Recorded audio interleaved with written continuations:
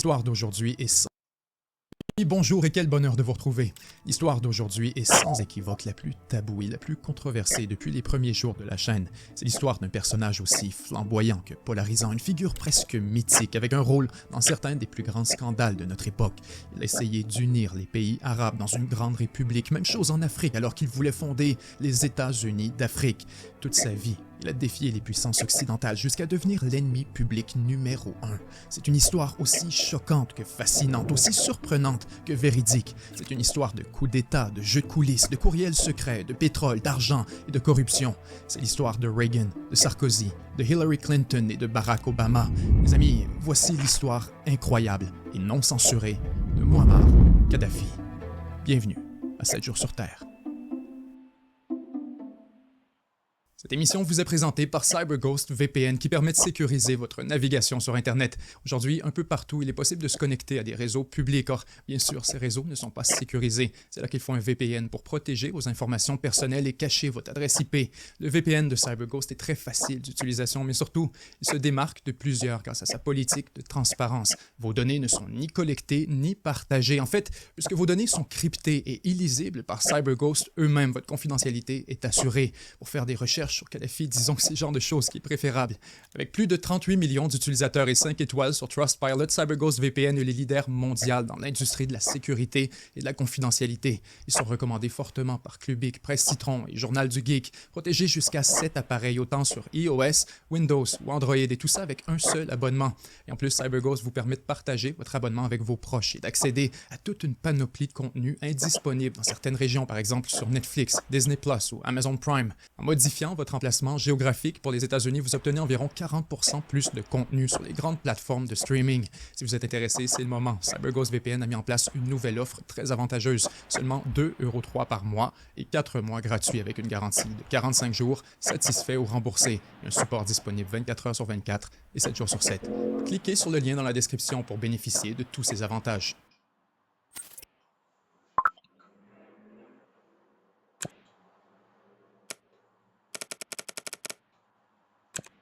Nous sommes en 1943. Les forces d'Hitler et de Mussolini perdent le contrôle sur l'énorme territoire de la Libye et soudainement, les Britanniques et les Français contrôlent presque toute l'Afrique. Lorsque la guerre se termine, Londres et Paris sont complètement ruinés. C'est alors le début d'un grand mouvement de décolonisation à travers l'Afrique.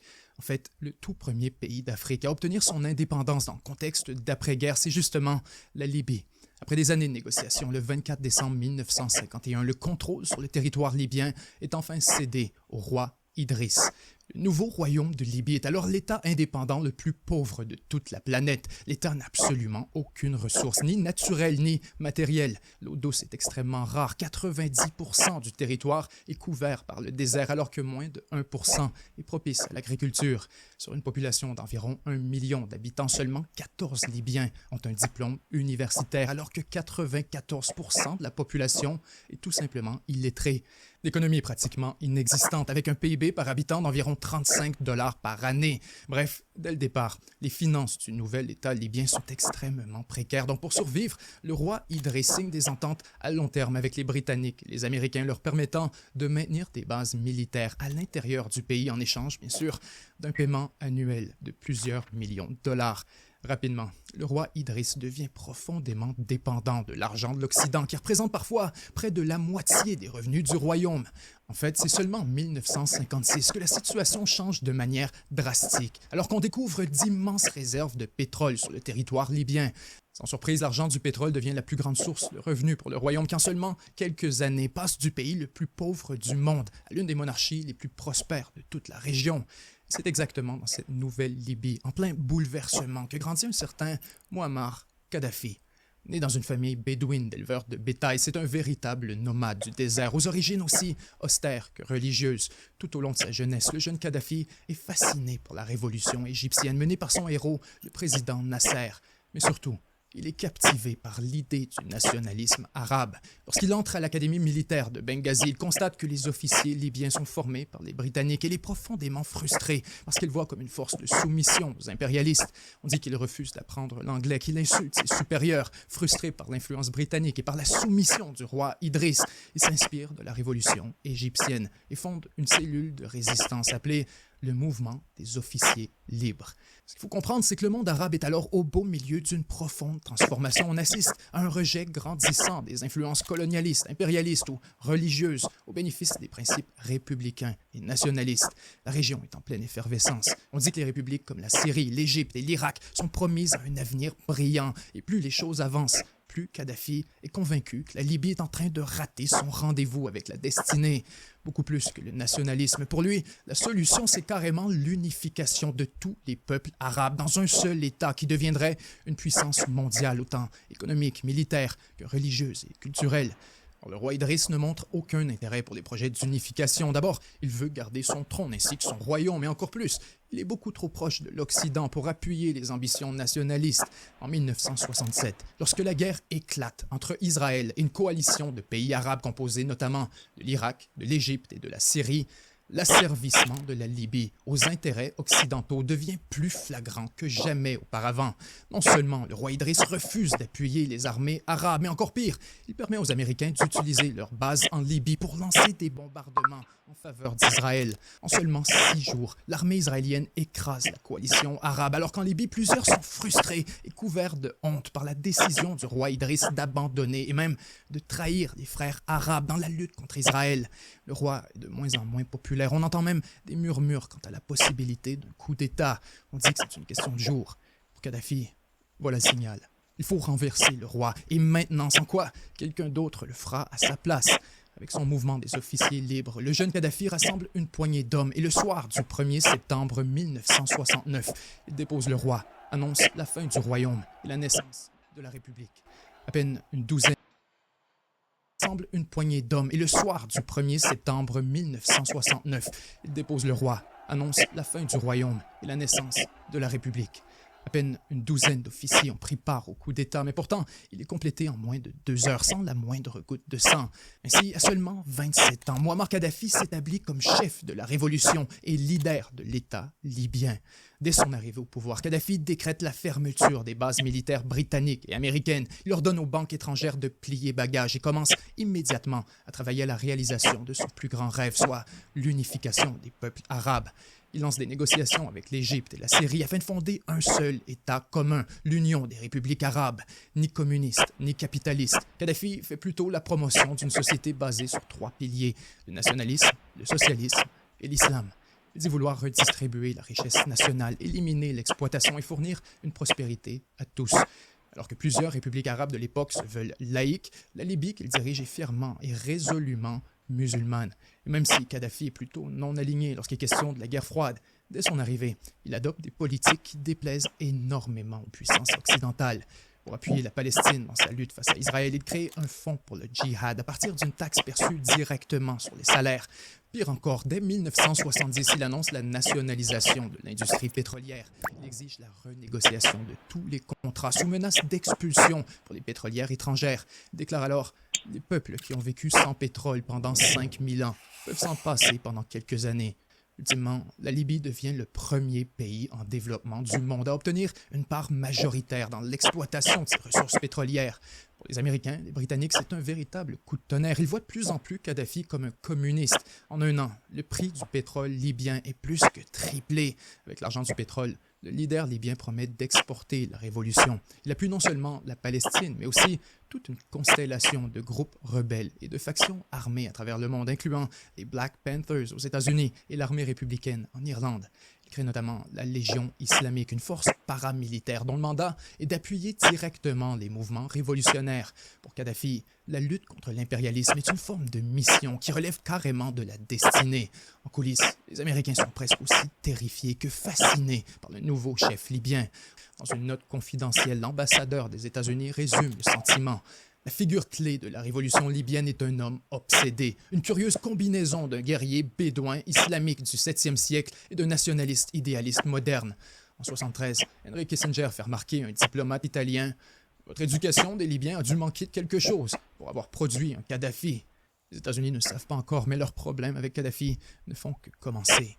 Quelques semaines plus tard, 2 républiques arabes, l'Égypte et la Syrie, mènent une attaque surprise sur Israël. Or, la Libye n'est jamais prévenue. Kadhafi est furieux. Pire, il envoie une armée pour appuyer l'attaque, mais une fois sur place, ses troupes réalisent qu'en vérité, les Égyptiens n'essaient pas réellement de gagner la guerre, plutôt, ils tentent seulement de forcer une négociation avec Israël. Lorsque la poussière retombe, l'Égypte de Sadat signe un traité de paix avec Israël et Kadhafi se sent profondément trahi. Il laisse tomber tous les projets d'union avec l'Égypte et alors que Sadat est relégué au statut de paria auprès de ses confrères, Kadhafi émerge rapidement comme le nouveau leader du monde arabe.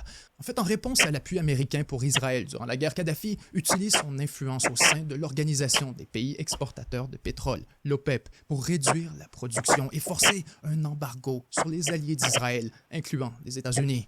C'est ce qu'on appellera le choc pétrolier.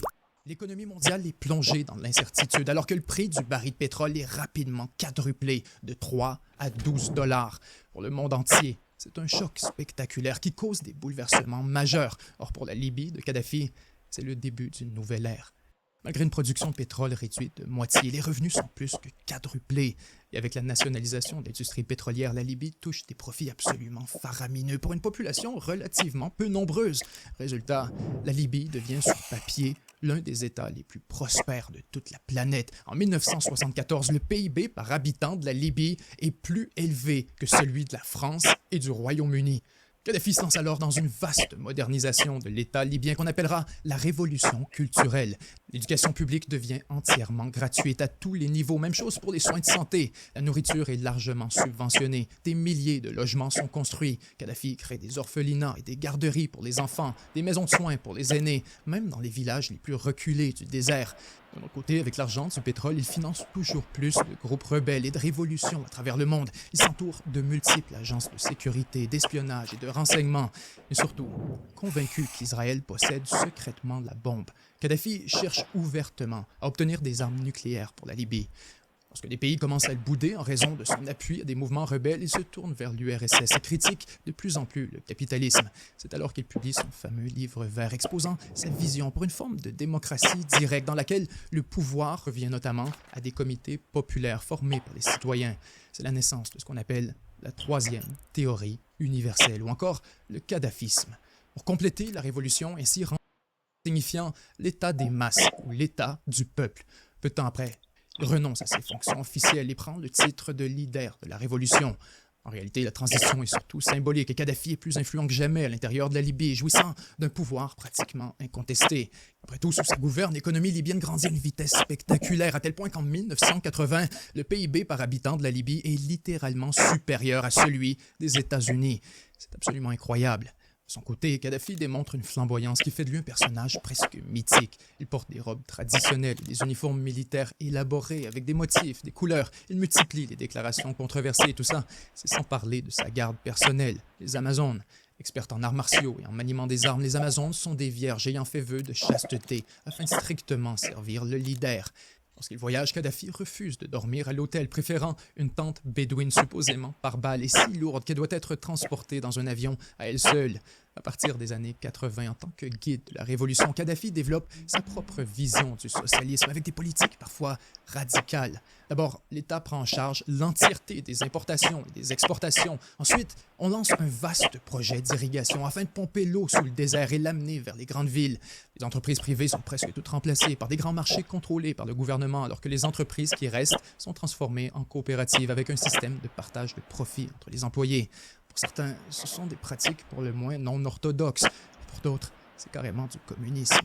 Ainsi, lorsque la nouvelle administration de Ronald Reagan s'amène à Washington en 1981, disons seulement qu'elle n'a plus du tout envie de rire face à Kadhafi, qui devient carrément une menace stratégique pour les États-Unis. D'abord, il appuie toujours plus de rebelles et de groupes armés à travers le Moyen-Orient, notamment en Somalie, au Maroc ou encore en Tunisie, mais encore plus, il étend rapidement ses activités à travers l'Amérique latine, directement dans la cour arrière des États-Unis. Il fournit des centaines de millions en argent et en armes au Nicaragua, au Guatemala, en Grenade, au Salvador et en Colombie. Pour ajouter l'insulte à l'injure, Kadhafi appuie ouvertement l'Iran dans sa révolution anti-américaine. Il lui fournit de l'assistance dans sa guerre contre l'Irak de Saddam, qui, rappelons-le, est alors l'allié des États-Unis. Bref, au début des années 80, Kadhafi devient un véritable fléau pour les intérêts des puissances occidentales. À l'été 1981, les Américains perdent patience. Pour le secrétaire d'État Alexander Haig, Kadhafi est un cancer qui doit être retiré. Ainsi, Ronald Reagan ordonne à la CIA de lancer une campagne secrète pour renverser Kadhafi. Entre autres, le plan de la CIA approuvé par le président Reagan mentionne une campagne de salissage et de désinformation dans les médias, la création d'un gouvernement alternatif pour défier l'autorité de Kadhafi et bien sûr, la création d'une campagne paramilitaire à travers l'appui de rebelles et de groupes armés. Le plan de la CIA est si audacieux que le comité du Congrès chargé de superviser les activités clandestines envoie campagne paramilitaire à travers l'appui de rebelles et de groupes armés. Le plan de la CIA est si audacieux que le comité du Congrès chargé de superviser les activités clandestines envoie une lettre officielle à Reagan afin de s'y opposer fortement. Alors seulement quelques semaines plus tard, Reagan envoie le super porte-avions USS Nimitz, accompagné d'un groupe de la 6e flotte de la marine américaine, afin de franchir la fameuse ligne de la mort déclarée par Kadhafi aux portes du golfe de Sidra. En privé, Reagan ne se cache pas. C'est une provocation. Il espère que Kadhafi soit assez téméraire pour mordre à l'hameçon. Et bien sûr, c'est exactement ce qui se produit. Dans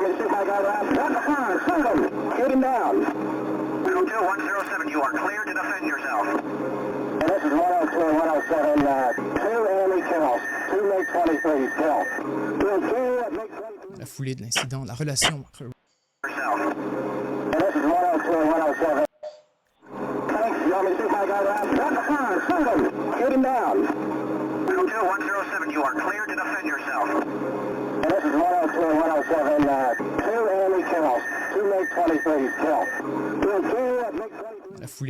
la relation entre Reagan et Kadhafi devient plus hostile que jamais. On dit même que le leader libyen planifie l'assassinat du président américain. Reagan écrit alors dans son journal « De retour dans la veste de fer ». Nous avons des renseignements selon lesquels Kadhafi aurait dit à d'autres qu'il avait l'intention de me faire assassiner. C'est une sensation étrange de découvrir qu'il y a un contrat sur soi-même.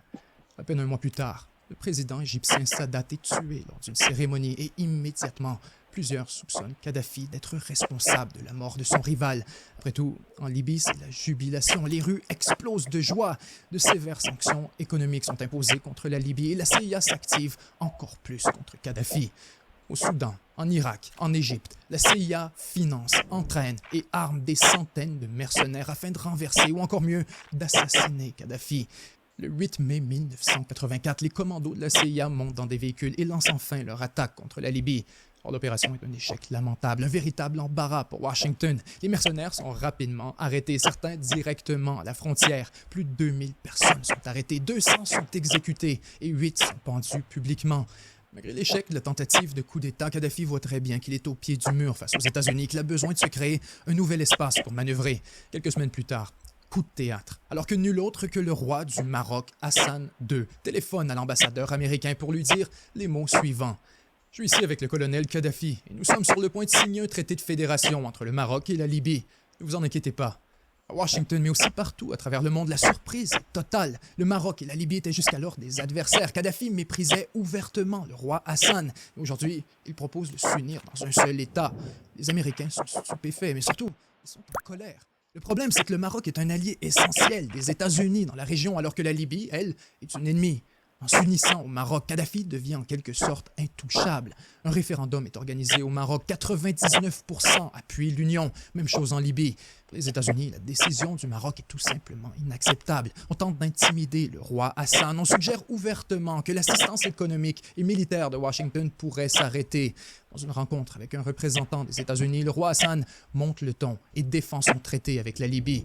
Il dit que les inquiétudes américaines face à Kadhafi relèvent de l'hypocrisie et demande à son interlocuteur de transmettre mot pour mot la déclaration suivante au président Reagan. L'Amérique sait qu'elle fait ce qu'elle veut au Maroc. Le Maroc vous a donné l'accord sur l'accès et le transit, un programme actif d'exercice militaire, des visites de navires illimitées, la permission d'étendre votre station La Voix de l'Amérique et une panoplie d'autres programmes. Je dois demander, qu'avez-vous fait pour le Maroc en échange? Rien. Bien sûr, Hassan a parfaitement raison.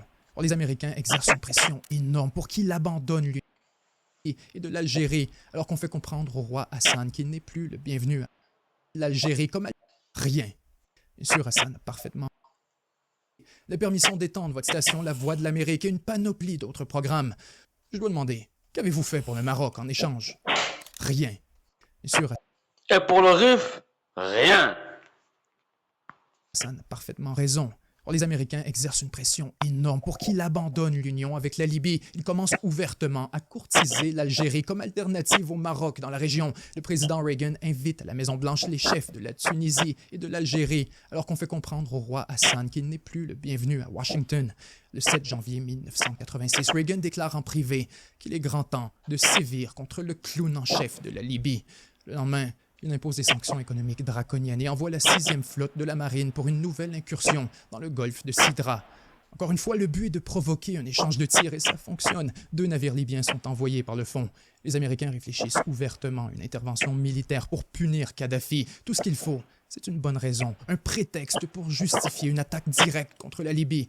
Seulement quelques jours plus tard, une bombe explose dans une discothèque de Berlin fréquentée par les troupes américaines. Les services de renseignement ignorent le coupable, mais pour Reagan, aucun doute, c'est la Libye. Dès lors, des bombardements sont planifiés pour assassiner Kadhafi. On dit que Reagan est fasciné par les présentations. Mais quand vous regardez le reportage Gladio, les armées secrètes de l'OTAN, il vous dit que cette série l'attentat de Berlin et d'autres, l'explosif était militaire. Et puis ça avérait que c'était les armées secrètes, mais les gens ont dit c'est pas nous. Tout le monde a nié, mais tout est là. On continue. De la CIA sur la personnalité du leader libyen. Lorsqu'on mentionne qu'il aime s'habiller en robe, porter du maquillage et des talons hauts, Reagan dit à la blague « Peut-être qu'on pourrait mettre fin à la terreur en le laissant entrer dans la garde-robe de Nancy ». Dans une conférence de presse quelques jours plus tard, Reagan surnomme Kadhafi « The Mad Dog of the Middle East », le chien fou du Moyen-Orient. This mad dog of the Middle East has a goal of a world revolution, Muslim fundamentalist revolution, which is targeted on many of his own Arab compatriots. Or maybe we're just the enemy because it's a little like climbing Mount Everest, because we're here. But, Questionné sur l'origine de l'expression, il affirme plus tard « Je n'avais jamais utilisé ce terme auparavant, chien fou. J'ai entendu l'un de vous l'utiliser à la télévision et j'ai trouvé que ça sonnait bien. » Peu de temps après, on apprend qu'une impressionnante flotte américaine navigue déjà en direction de la Libye. C'est l'opération Eldorado Canyon. At 7 o'clock this evening, Eastern Time, air and naval forces of the United States launched a series of strikes against the headquarters, terrorist facilities, and military assets that support Muammar Gaddafi's subversive activities. Dans la nuit du 16 avril 1986, des avions américains F-111 bombardent directement le quartier général de Muammar Kadhafi avec l'intention de l'assassiner. Selon un agent de renseignement ayant participé à la planification, il n'y a aucune question qu'ils allaient chercher Kadhafi. Ils allaient le tuer. Ses fils de 3 et 4 ans sont gravement blessés et on dit que sa fille de 15 mois est tuée par des explosions. On apprend plus tard que la France et l'Italie ont tous les deux refusé de prêter leur espace aérien pour l'opération, alors que plusieurs pays sont choqués par la tentative américaine d'assassiner un chef d'État. Les Américains nient avoir visé Kadhafi, mais reconnaissent que 3 bombes errantes se sont égarées. Bien sûr, Kadhafi survit à l'attaque, mais il est profondément traumatisé par les événements. Encore plus, il est déçu par le manque d'appui des leaders arabes. Tout d'un coup, tout va mal pour Kadhafi. La Libye est en plein déclin économique. Les politiques socialistes introduites quelques années plus tôt font de plus en plus mal, tout comme les sanctions américaines, bien sûr, mais surtout, la chute des prix du pétrole entraîne une réduction spectaculaire des revenus du gouvernement. De 1981 à 87, le prix du baril de pétrole est divisé par 4, alors que de nouveaux producteurs inondent le marché. Résultat, le PIB par habitant de la Libye est réduit de presque la moitié. Et seulement pour empirer le portrait, en 1986, le fameux projet d'union avec le Maroc s'effondre complètement lorsque, sous pression américaine, le roi Hassan accepte de négocier avec Israël et que Kadhafi dénonce la chose comme un acte de trahison envers le monde arabe. En fait, Kadhafi est si furieux contre le roi du Maroc qu'il tente littéralement de le faire assassiner quelques mois plus tard. Lors d'un sommet de la Ligue arabe, Kadhafi porte un gant blanc pour éviter de serrer la main des traîtres qu'il dit tachés de sang. Lorsque le roi Hassan donne son discours, Kadhafi lui tourne le dos. Bref, autour de 1987, le chef libyen se retrouve profondément isolé sur la scène internationale. Ses projets de panarabisme sont morts et enterrés. Largué par le Maroc, sa révolution fait du surplace alors que son économie est en chute libre. Kadhafi est plus vulnérable que jamais. Pour les États-Unis, il y a du sang dans l'eau et le moment semble parfaitement choisi pour tenter une nouvelle fois de renverser le leader libyen. Dans la prochaine partie de ce documentaire, nous continuons l'histoire fascinante de Kadhafi. Il sera question du rôle grandissant de la CIA, du pivot vers l'Afrique, de la renaissance des relations avec l'Occident et bien sûr de la chute sanglante de Kadhafi orchestrée par ces mêmes puissances étrangères. Nous reviendrons sur les derniers jours du chef libyen et exposerons en détail les jeux de coulisses et les accords secrets ayant mené à certains des plus grands scandales de l'époque moderne. Pour obtenir un accès anticipé à la deuxième partie et une foule de contenus exclusifs, devenez membre de 7 jours sur Terre pour aussi peu qu'$1 par mois. C'est grâce à vous si on peut produire des documents de la sorte et je vous remercie profondément de votre confiance. C'était Benjamin Tremblay et 7 jours sur Terre. À très bientôt.